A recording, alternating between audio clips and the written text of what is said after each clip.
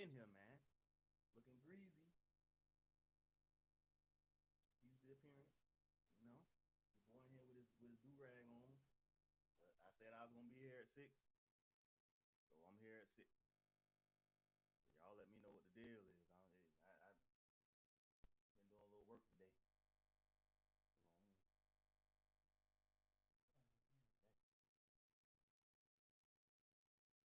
I got one in here, man. What's going on with you, bro? Whoever you are. I'll let me in the comments over there. Let me know who you are. Let me know where you from.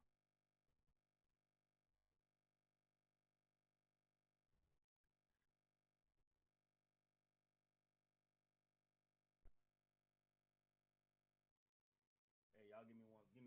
Give me 1 second.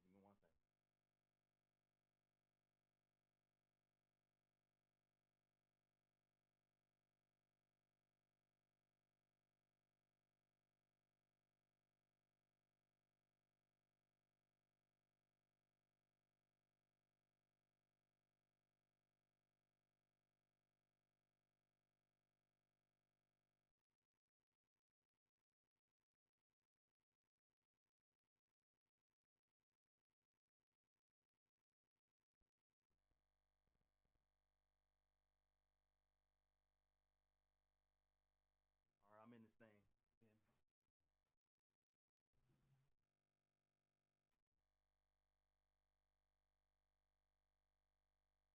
All right, so basically, I'm here. As you can see, the title is joining the military at. Oh, let me close.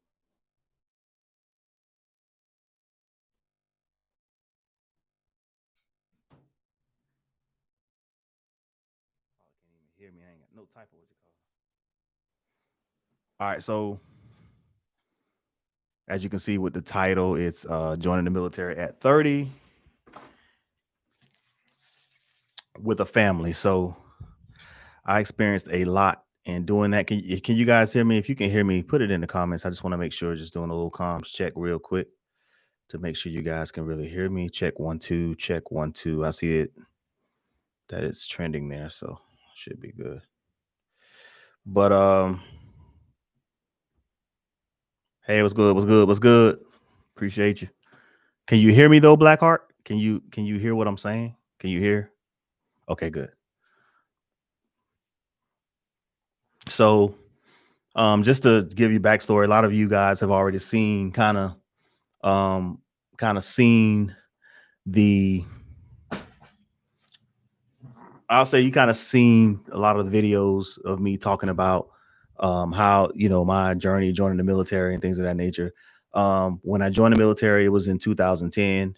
I reported to basic training April the 26th of 2010 at Fort Benning, Georgia. At that time, I was 31 years of age.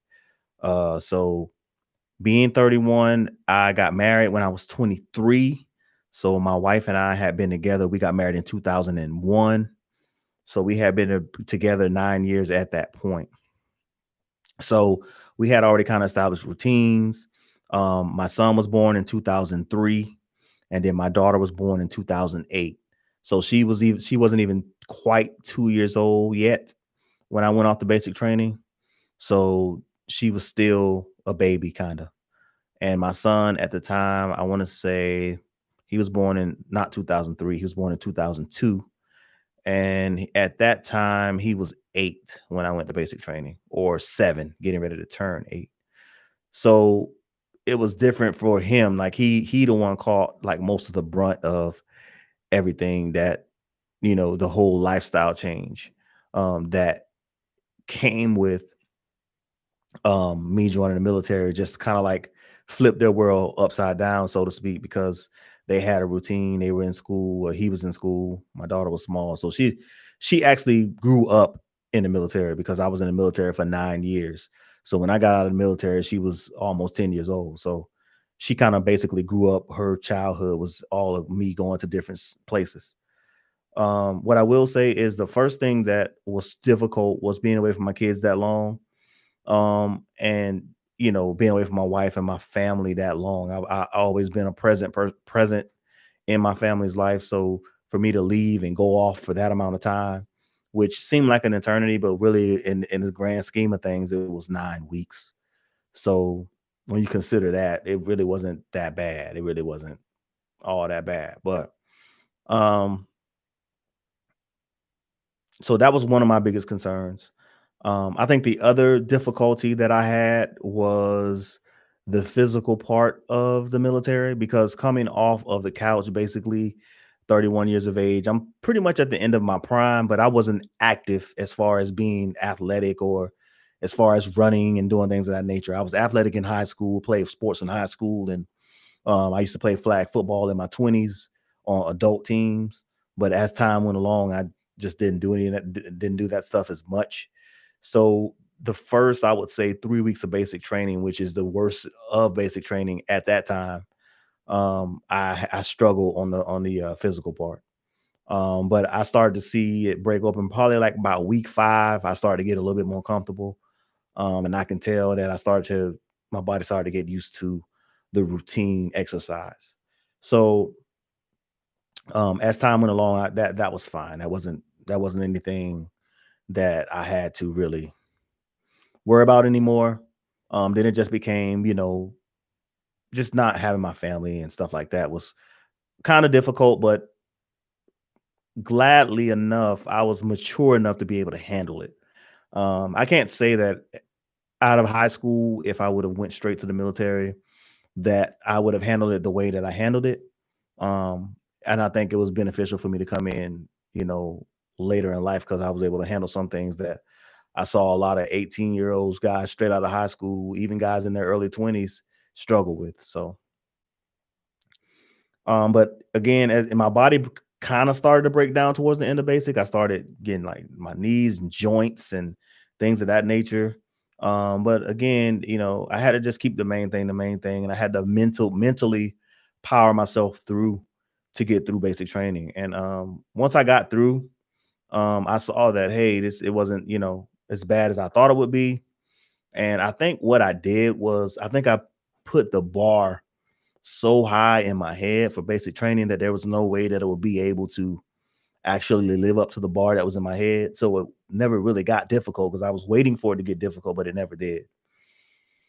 So got through basic training. I ended up we did 9 weeks. So we were in Georgia. So it was the hardest time of the year. So a lot of times we didn't even get to train because there was a black flag because of the heat index. I ended up graduating out of there in early July, and then I went on to Fort Sam Houston. Initially coming into the military, I signed up as a 68 whiskey. That is a combat medic. Don't that healthcare specialist stuff. Don't let them fool you with it. Combat medic. That's what that is. So I signed up as that. I went on to AIT Fort Sam Houston in San Antonio. The first part of the course that you take as a 68 whiskey is the EMT course. So basically, you take an EMT course. So basically, on the civilian side, if you take the EMT course, or you take a course to become an EMT, it takes you 6 months to um, get your EMT license in the civilian sector. In the Army, 4 weeks. 4 weeks we went through that EMT course. And so just think about all the information that's thrown at you to cram 6 months into a month. Like, it was crazy. It was insane, especially for me, never having any medical background. I was like, well, what is this? Like, everything was like Chinese to me. It wasn't even, you know what I mean? It wasn't even anything that I could relate to. So needless to say, I struggled in AIT. I struggled to the point to where I failed tests multiple times. And for you that go through AIT, you understand that if you fail multiple times, you have to go to like retraining, and you have to stay out there for extra help. But I think it's either that third or that fourth time, then you either recycle and go come in with another class, or you just fall out of it altogether. So I basically fell out of it altogether. Um, and the crazy part about it is, and this is looking back at it, this is how I know that what I'm doing and what I ended up doing in the military was my destiny, is because I got a choice to choose whether I wanted to recycle or reclass. And, I had a lot of people saying, well, you don't want to reclass because they're going to give you the suckiest job in the Army. So you don't want to reclass. You want to just recycle. But I took my chances because I knew this job wasn't for me. So I reclassed. You know what I mean? So they ran my numbers again. They used the test scores for MEPS.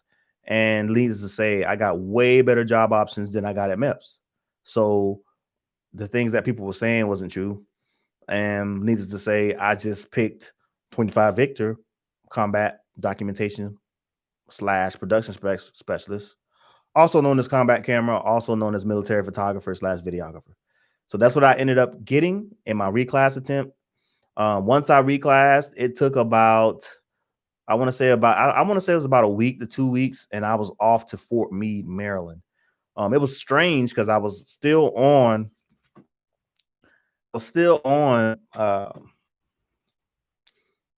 Fort Sam Houston awaiting orders and things of that nature, and it just dropped one day. Like one day, like I called in the office and said, "All right, your orders dropped. All right, you going to Fort Meade and you leaving at this time." Excuse me, guys.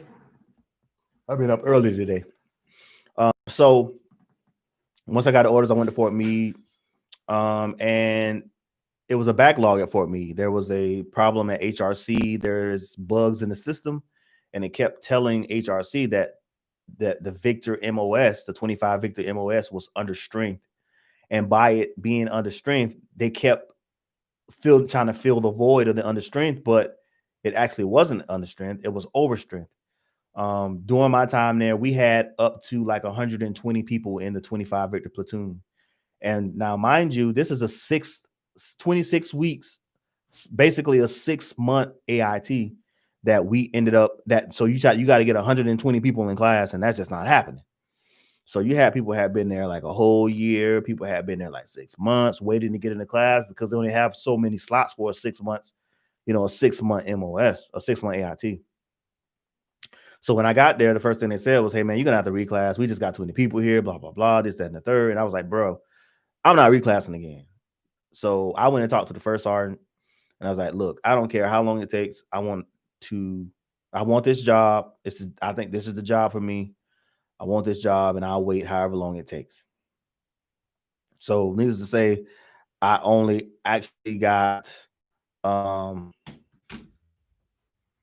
waited 3 months. So I got there in September of 2010, and I started class in January of 2011. So I took the first class, which was video production and documentation. So that's where we learned the basics of video production and video and being a camera guy. And then that class was 13 weeks. Yeah, I think it was 13 and 13 or 12 and 14, something to that effect. So I took that class first. And once I got out of that class, I had to wait a month. And then I went into what is called basic still photography. That's the second part of our AIT. And I did the rest of the time there. So when I actually graduated AIT, it was in September of 2011. So let's fast forward back. I got there in September of 2010. So I really did a whole calendar year at AIT. And in that environment, that trade-off environment, that was crazy. But I got through it and moved on to my first duty station, which ended up being Fort Bragg. There's videos to all of this where I kind of go in depth and talk about all those stops. I talk about failing AIT at Fort Sam Houston. Then I talk about going to Fort Meade, the 25 Victor AIT. And then I talk about going to Fort Bragg. Tell you the whole story, how everything happened when I first got there, all that. If you're interested in seeing that, I go more in depth about those stories. But I got to Bragg 2011, October, and the stories you hear how Bragg is going to be, you think it's going to be a certain way. And it was that way, but I went to a special operations unit. So it wasn't big army. So it was still a little different. It still wasn't really brag, like big army brag. It was like special operations brag. It really wasn't. Looking back on it, when I got there, I thought it was the worst place in history. But looking back on it, it really wasn't that bad at all. Like we had it pretty much made. But so I got there and then I didn't have a security clearance. So that was another barrier that I had to overcome. What's up, Logan? That's another barrier that I had to overcome. And I had to, so since I didn't have a clearance, I couldn't work in our military operations center because you had to have a clearance to work there or to go in the building. So basically, I worked in the head shed, which is the admin for the company. I worked up there for probably about a year. You know, finally got my clearance taken care of, got all that stuff mine, and I went in and I worked there. And so basically, I worked in the head shed the first year. The second year, I did work over at the military operations center, or the MOC is what we called it, doing video photography. I won photographer of the year for that particular company, and I just did so many things there with those guys.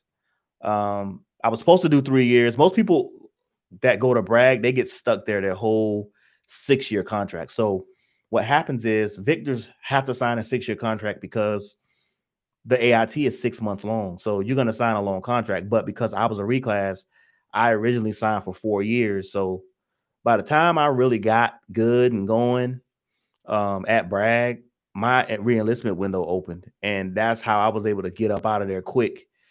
I only stayed there for 2 years. Looking back on it, I was only there for 2 years. Matter of fact, everywhere I've been, I've only been there for 2 years. And I'll explain more about that. But I was there for 2 years. And then I went overseas, and I used to always say when I was in AIT that I wanted to work at American Forces Network, and people always said that, nah, you're not going to be able to do that because they don't really, get victors. They got a lot of like 46s, which is the public affairs guys. That's who the people who they have there. So it's very rare that a victor goes to AFN. And of course, that's another myth that's why you can't listen to people around you, barracks lawyers and all those guys, because like I said, your experience is just going to be different. You just can't listen to them. You have to go find out things for yourself. So I actually ended up going to Germany, Kaiserslautern. And I worked at the time, it was AFN Kaiserslautern, it was AFN Ramstein. Matter of fact, that's what it was called. And they were in the middle of getting ready to change it to AFN headquarters. And then we moved out to Simbach, Germany. It was an old air base that they turned into an army base, and we moved out there. We had a new facility built out there, and we moved out there. Maybe I would say halfway in my first year there. So AFN was cool. I got a lot of good experiences being overseas. At first, I didn't embrace it because I had a closed mind about it. But as I began to be there more, I kind of opened up my mind to it, and I actually it's one of my best assignments. I mean, I've only had 3 assignments, but it was like one of my best, if not the best, really when I look back on it. As far as location, like it still had the stuff that you had to deal with because there was a, military slash civilian dynamic that kind of was a little iffy. So it was cool. I also have a video on that, and I'll talk about more about like the things I did there at AFN. So that video is on my channel as well. What was I getting ready to say? So it got to a point at AFN where I think they got to the point where they had favorites, and it was like they were trying to suppress my talent. That's the way I felt. I felt it was trying to be suppressed because I would always try to raise the bar with what I did there. And then it got to the point to where they were like, okay, we're gonna put you in social media. I'm like, you're gonna put me in social media? What? So guess what I did? I went to social media and I made it pop. You know what I mean? I went in there. I had like one of the biggest viral videos they've ever had on their Facebook page. I did a 9/11 photo parallax, and that thing went crazy. And so I got other opportunities when I was at AFN. Also in Europe, if you're interested in like music. So if you're a singer or if you play instruments or if you work with like live sound and things of that nature, they have what they call the USERA band and chorus. And they had the USERA band and chorus. And I saw them perform. I actually had to do an AFN's news story on them. And when I did that, I intrigued and I started talking to some of the members. And then I looked at, because I was like, okay, I'm done over here. Like I'm tired of doing this. I want to do something different. So I tried out for the user band and chorus. And needless to say, I made it as a vocalist. And at the same time, yeah, I ain't do nothing with it. I put it in that little thing like you told me to. Yeah. So what I ended up doing was, I'm sorry, y'all, that's my brother who asked me something. What I ended up doing was I got selected right for the use of band and chorus, and at the same time, I got by name requested to work at the Pentagon. And I'm like, wow. So I'm looking at two different opportunities. Both are great opportunities. I think if my wife loved it over there in Germany, I think if she had her way, she probably would have wanted me to stay. But she, of course, always stepped it up to me to do whatever it is that I wanted to do and that she was going to support it. So at the time, I was like, okay, use the band and chorus or work at the Pentagon. And the Pentagon was another milestone place, another place that I wanted to always work at. So I took that job. So most times when you go to Germany with a family, there's a 3-year commitment. There's a 3-year it's a 3-year tour. And it was cut short a year early, so I only did 2 years. And then from there I went to the Pentagon, working for the Army photography division. So we moved to the DMV area. We actually lived in Waldorf, Maryland, which is a suburb of like DC. Basically, it's like a outskirt town. It's Maryland, but it's not far. It was like a 37-minute drive to the Pentagon from my house. But of course, if anybody knows anything about DC traffic, 37 minutes means probably an hour and a half. In some cases, 2 hours, depending on the traffic. So I did that commute every single day, bro. Every single day. But it was cool. I did a lot of cool things. I was around a lot of high-level personnel. I actually was the personal photographer for the chief of staff of the Army. He's now the chairman of the Joint Chiefs of Staff, General Milley. I actually filled in for like a 2 to 3 week period, being his photographer, and went everywhere he went, except for like out of town. But everywhere he went in the DC area, things he had going on, I was there. I filled in. And I was also looked at to be a permanent, but once I filled in and I saw what it was all about and I seen everything, I was like, I don't think this is for me. I'll let somebody else. This is for somebody young, because they're always on the go. They're always traveling. This guy's all over the country, all the time, all over the world, not just the country, So I made a decision that just wouldn't have been a good spot for me. I got a family. I had a teenage son that needed his dad to be around. So I was like, nah, I'm good on that. So I just continued to work for the Army photography division. And what ended up happening, I got an injury that I didn't speak about, but I got an injury way back on my brag days, and it kind of just nagged on throughout my career. And it all came to a head when I was in Maryland. And it was so basically, just to keep a long story short, I have not done a video on it, and I'm going to do a video on it. But I ended up getting med boarded out of the military because of really, really, really extreme plantar fasciitis. Basically, the arches in my feet dropped, and so that made me have flat feet. And then I had some type of degenerative knee joint disease or something to that effect. And they just basically said, look, you're not going to be able to do your job with these injuries. So, basically they gave me the option, hey, what do you want to do? And I was like, hey, I can't do it. So I ended up med boarding out in 2019. Well, it was 18 really, but I actually left the Army. And my last day in the Army was April 1st, 2019. So that's kind of how my career ended. Not the way that I wanted it to end, but that's the way it ended. There's some things that I wanted to do. I wanted to be an instructor at AIT. That was like my last bucket list item, because I had did everything else. I worked at the Pentagon and I went to AFN. Those were two things on my list. And I also wanted to be an instructor. I wanted to share the knowledge that I had gained. But I never got that chance to do that because I ended up med boarding out. But the overall impact, as far as my family being the age that I am, I think that it's tough in some ways, because the military is a young man's game. So a lot of times, if I'm going in at 31, and my doggone superior leaders are like 23, 24, and I'm looking at these cats like, you gotta be kidding me.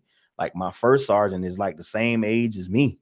So I'm like, bro, like, So that part was hard because you dealt with a lot of immaturity because the military in general, I can really speak for the army. They promote off time. Like you've been here long, so we're going to promote you, and not necessarily off. Are you a quality leader? Are you somebody that we need to be putting in charge of people? Because there are a lot of people that they did not need to be put in charge of people, and they'll have you doing some foolishness if you let them. So basically, I had to realize that okay, I got to play my position. I don't can't get myself in trouble, but however, I can tactfully say stuff. I can use my wisdom and my knowledge of life experience and kind of navigate my way through it. And that's kind of how I was able to do it. And frankly, I attribute that to the success that I ended up having in the military because I was able to think steps ahead because of my experience, and I was also able to not let certain situations have me go off the cuff because I understood what I needed to do for certain things. So, um, yes, I ended up at the Pentagon. I also have a video on my channel talking about my time at the Pentagon and the things I did. And again, like I said, I was around so many high level. I got it's just it's so much. Everybody that's big in the army or big in the military works at the Pentagon. Period. Point blank. It's the Secretary of Defense, the freaking all the CSAs, all the freaking 4 stars and 3 stars. That's all work up there, and that's who we cover. So, but it was cool. It was cool. I worked there. I think I did work there probably about a good year and a half before my injuries started. Uh, resurfacing, and then I just had to address those, and then I ended up being out. So but yeah, so I mean, I think for my family's sake, I think it ended up being great because my kids and my wife, they got a chance to be cultured. They got a chance to be exposed to things that, people from where we're from not normally exposed to. And I think that made them more well-rounded individuals. All of them, even my youngest, my daughter, because they've seen so many things and done so many things in life already. So it makes them kind of like a little bit. So I'm glad the decision I made at the time I made it. Again, I'm gonna preface this by saying that it's different for everybody. It's not the same for everybody, but it worked out perfect for me. Less than a year out of, I was able to land a government job with special operations. That was my first duty station. So hold on, I'm seeing this.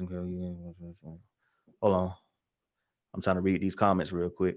I ain't even been paying attention because I didn't think y'all was saying anything. Hold up.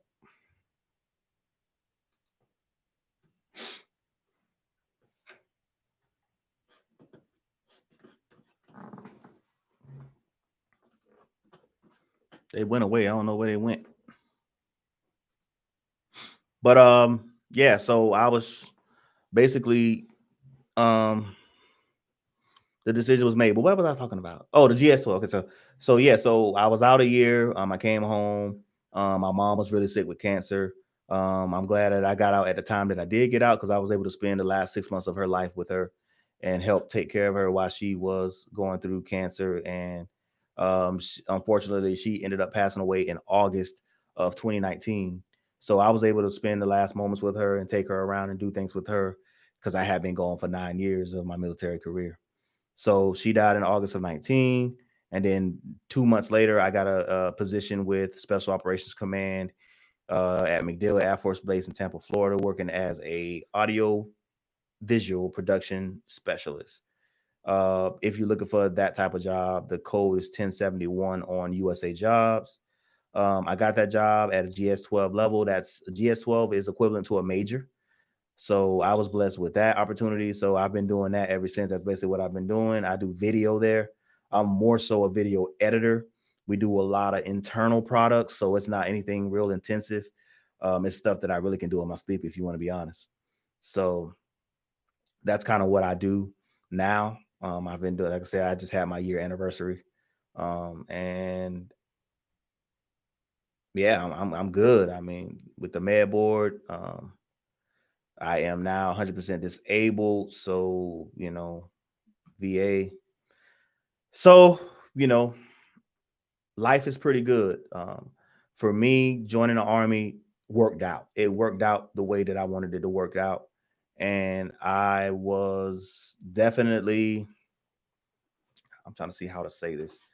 I was definitely it was definitely a good thing for me.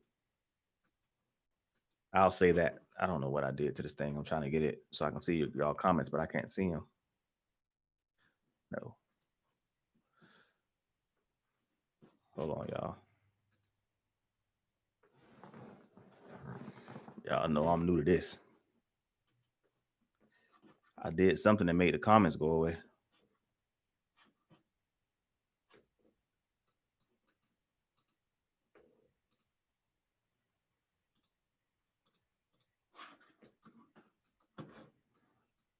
Hold on, y'all. Bear with me.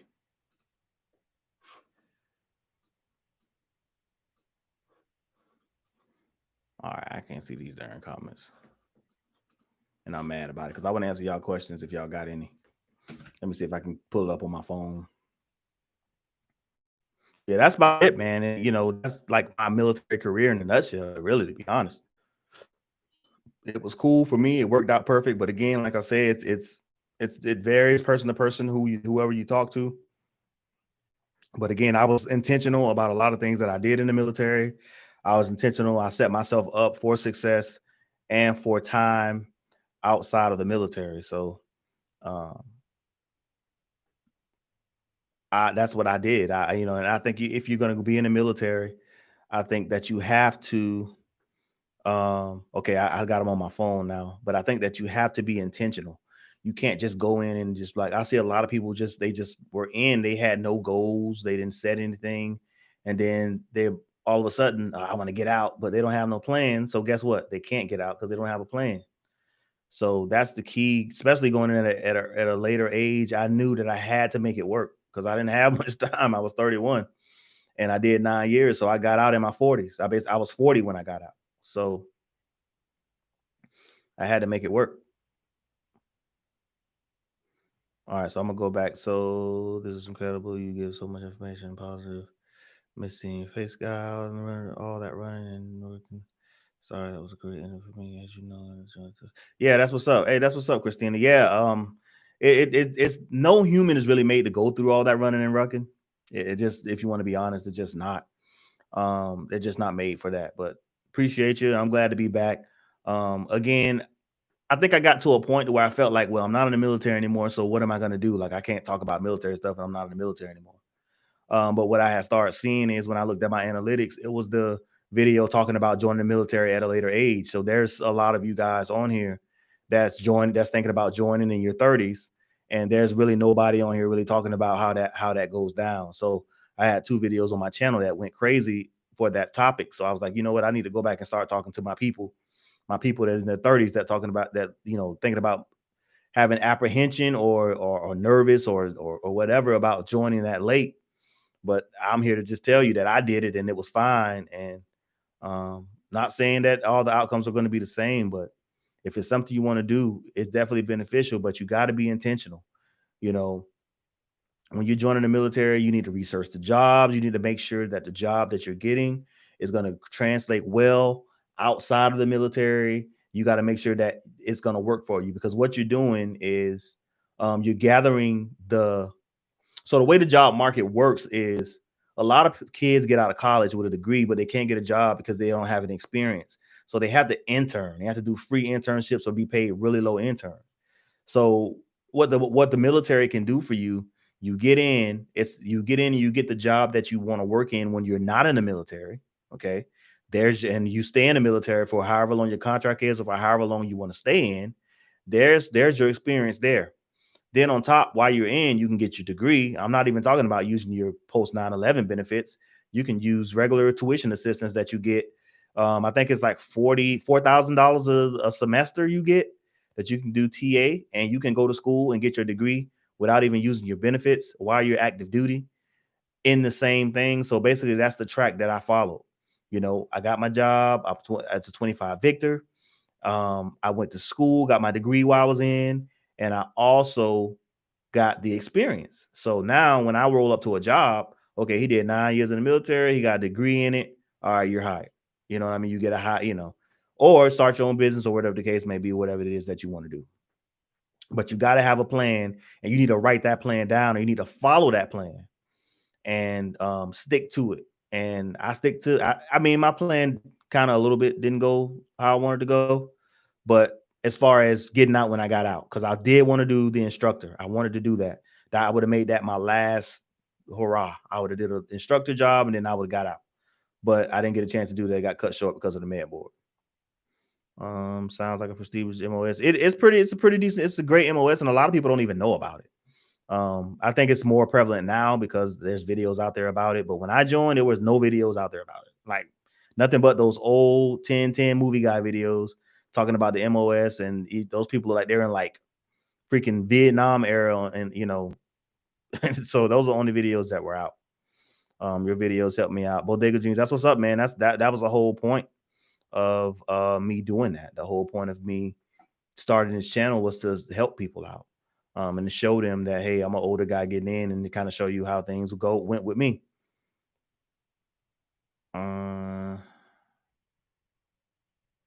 That's awesome. Joining at 29. That's what's up. 29. Hey, that's young. That's younger than me. I was 31. That's what's up, man. Keep it up. I would love to know how you guys do when you get in. Check back in with me and let me know what's going on. I'm on Instagram at the official _ Ricky Bowden. Y'all hit me up in my DMs. Let me know what's going on.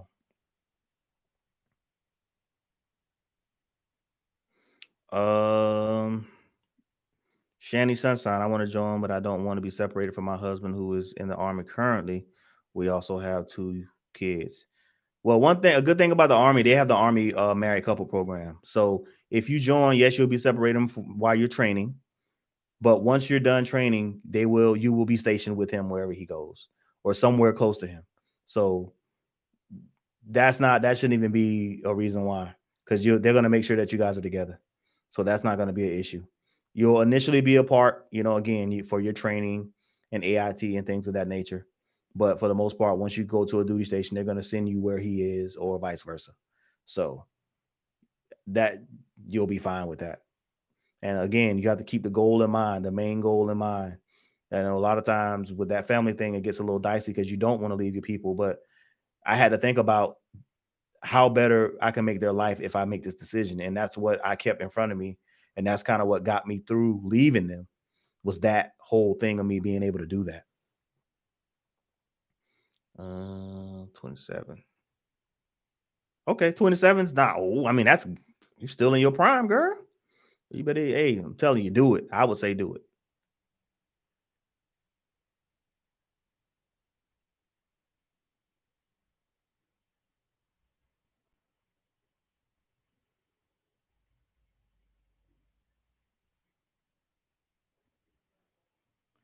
I mean, again, you said something about joining for the benefits, and some people say they join for school money and things of that nature. And here's why I say that's okay. Because the Army's going to get out of you. They're going to get everything out of you. Trust me. They're going to get their time. They're going to get all the money's worth out of you. So you got to get out of them something out of them. It's quid pro quo, something for something. They're going to get service from you to use you however way they see fit. And you're going to use the benefits and the things in the Army to help you in your life. I mean, come on. That's the way it goes. That's quid pro quo. Like, you got to do that. Like, they're going to do that. I mean, I know there's some people say, oh, they're joining to serve their country. And once you get in there, that ends up being just like goes without saying, like, you serving your country. Like, you got to care enough about your country to join the military, benefits or not. So that's one of those things. And at that time, again, I was trying to find a better way for my family. And the military was the way for me at that time. Country, on the other hand, I mean, that's a whole different story that I won't get into here. Join at 18. Yeah, that's what's up, man. I mean, it's not no time. Hey, bro, that's if I could do it, if I could, in a perfect world, if I can join at 18 with my 31-year-old mentality, man, it would have been a wrap, and I probably would have been 20 years done by now. Well, I actually would have been. I graduated high school many moons ago in 1997, so I'm telling my age, but that's how long ago I joined.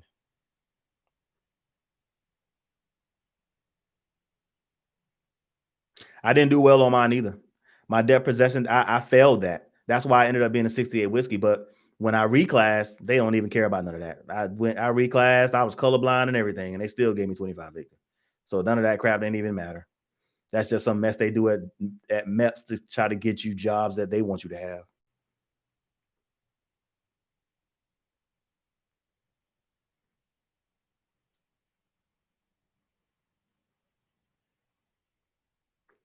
Yep, yeah, those are good reasons, bodega dreams. I mean, I think you got to do what you got to do. I mean, there's other ways out there. But again, for me, it gave me the it was a stepping stone for me, and it gave me the step that I needed to do the things that I needed to do.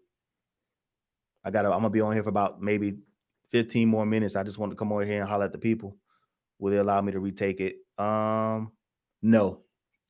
They're going to use that. 25 Bravo is a good job. That's IT. That's not a bad job. 25 Bravo is a great job. Matter of fact, if you have any questions about 25 Bravo, there's one of my favorite YouTubers. I actually did a video with her, Miss Dreeks. She's a 25 Bravo. She's awesome. She'll answer all your questions about 25 Bravo. She's also on Instagram. I don't know how active she is, but I did a video and about her shit with her or of her, and she was explaining 25 Bravo MOS. So yes, Miss Dreeks is the jump. So that's my girl. So 25 Bravo is a great job. There's high demand for in the IT field, so you won't go wrong there. Trust me, you won't go wrong there at all. Um, so that's a good job. Okay, I see 9 people in here, but I only see 4 thumbs up. Y'all go ahead and hit that thumbs up button if you haven't already. I'm gonna stay on here for a little while longer. Any questions you guys have, I'm here to answer. I'm gonna try to do these more often that way so I can keep the dialogue open with you guys. Because I'm not able to film as many videos as much. So this will be my way of still continuing to, keep that dialogue open, and we'll do different topics and things of that nature. That's what tonight I wanted to talk about that. Yes, photography is great. I mean, when I got into it, I was more of a video guy. I used to play around with video before I got in the military, but photography was a different beast. And once I learned it, I loved it, and I get that. I definitely get that. Maybe there's something that you can think about once you get in and do your contract as a 25 Bravo. Maybe you can think about reclassing to 25 Victor from Bravo sometime in your career. Maybe that could be an option for you. Can you take a test after so many months? Yeah, I think that's up to your recruiter. When I took the ASVAB, I think I got a 63. I think you need a 30. I think with a waiver, you can get in with a 29 to the Army, but your job choices are going to be slim to none. 31, so it's 31. I think so. I had a 63, so I had every job basically imaginable on my list, but because of the depth perception and the doggone color blindness, it cut my doggone list in half because a lot of those jobs I couldn't do because of that. And like I said, that's crazy because I ended up doing that same job anyway with the same, my whatever. So yeah, if you get a 31, you're gonna be a cook. You're gonna be supply, or nothing's wrong with logistics. I'm not saying that. I got a great video on my channel by Whitney S. Kilgore. Like, she's the bomb.com when it comes to logistics. And there's money in logistics, but it's gonna be the infantry, it's gonna be a lot of field type jobs, and that's nothing wrong with that if that's what you want to do. But for me, I wanted something that's going to translate on the outside. And a lot of those field type jobs like artillery and things of that nature do not really translate that great unless you're going to be a contractor and you're going to work on the machines and the guns and the things of that nature. There's opportunity there. I'm not saying that. But for me, I wanted something that would translate. And yeah, so I had, that's what I did.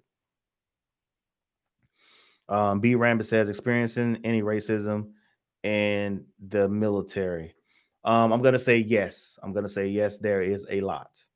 Um, there are times where, I'm trying to see how to say this, but I mean, all you have to do is really look at the top of the chain of the Army. If you look at the top of the chain, what color do you see? I mean, there's no diversity. We just got now we have a black Secretary of Defense, Mr. Lloyd Austin, or General Lloyd Austin, retired. Matter of fact, I think I did his retirement ceremony when I was at the Pentagon, if I'm not mistaken. I have to look back through my files, but I think I did. But if you look at the list of CSAs, I did a lot of photo shoots at the CSA's house, and they have a wall with all the old CSAs, and it's all white guys and one Asian guy. So there's never been a black Army chief of staff. There's been a black Army uh, sergeant major of the Army, um, only one, but there's been no black CSAs. There's been no black joint chiefs of staff. Like the highest positions, nah. So it's I mean it's racism everywhere you go. It's just the way it goes. That's the basis of which this country was founded. So yes, it's there. It's there. But again, I navigated through all that and still got to where I needed to go and did what I needed to do. And I didn't hold my tongue. Now I let them know what's what. But again, don't let that it's not a barrier for you to not be successful. You still can be successful, even with that component being there.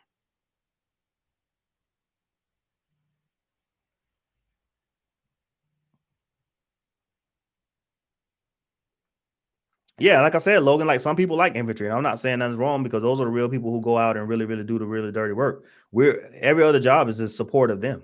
Really, to be honest, we're support staff. So infantry is what the army is, but every all the other MOS are support to them. So if you're deployed as a 25 Victor, you're gonna attach to an infantry group and you're gonna take images. You're gonna take pictures of training, you're gonna take pictures of them in every way. So it's all in support of those guys. So nothing's wrong with that if that's what you want to do. But I knew that wasn't what I wanted to do. And that's why I was saying having a plan and knowing what you want to do when you get in. Some people just go, I think I want to join the military. They go up to MEPS and then they let them just throw these jobs at you. And you haven't really done the research. I'm just saying research what's out there. It's more jobs than you think in the military. And a lot of people don't take the time to do the research.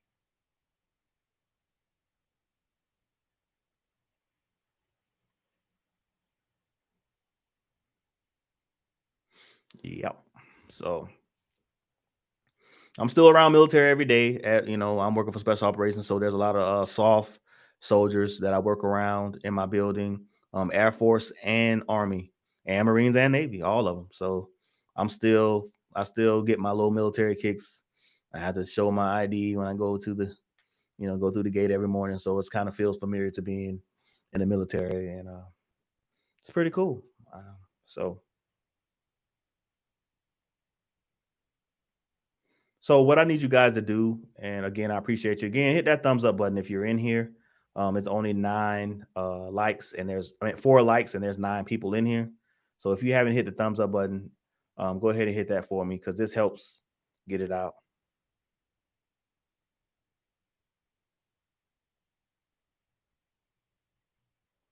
Yeah, I mean it is what it is. I mean, no reason to be sorry for it. It's just that's the way things are. I was gonna do a video about it, but I at the time I was in the military, so I was like, I better not. But I'm not in there anymore, so that it may be a video done about it at some point. Um, so, but hey, it is what it is. I mean, anybody with eyes can see if you look at the higher parts. I mean, yes, there's a lot of people of color, a lot of blacks, a lot of other races in the military, but when you're talking about running the military, white, period. I mean, you got some sergeant majors and some 4-star generals, but they're like little ancillary little leaders. I'm talking about running things because the CSA of the Army is like the CEO of the Army. They handle everything for the Army. And we've never had it's just no reason why we've never had a black CSA. It's just there's no reason, there's no logic to that. It's 2020. Stop it.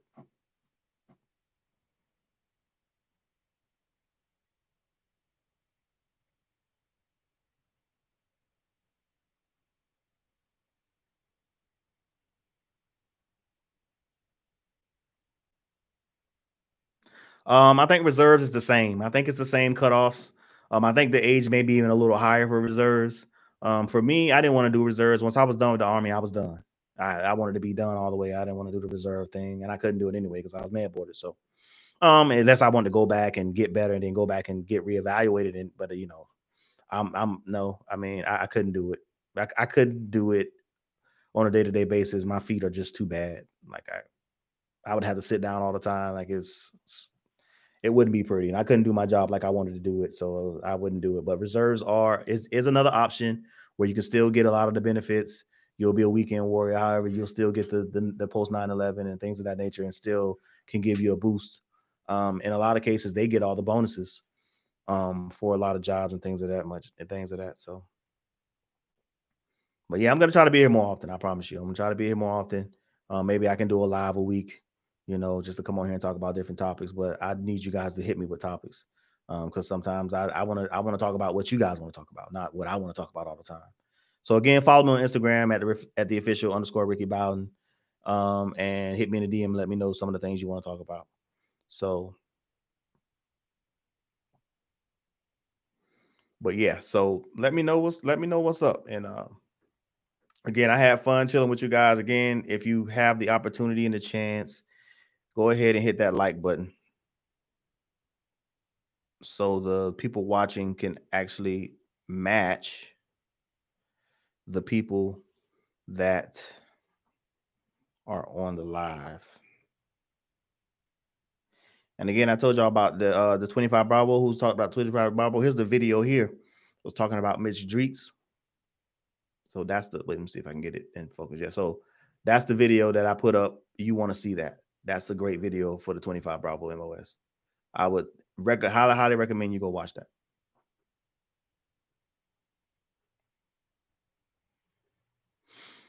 Well, guys, it's been real. I am about to sign off for tonight. Again, I'm gonna try to do this more often. Get here and talk with the family, see what's going on, and I'll catch you guys maybe on the next live or in the next video. Again, thanks for watching and being here with me tonight. I know y'all could have been doing other things, so I definitely appreciate you guys taking the time to do it. All right, guys.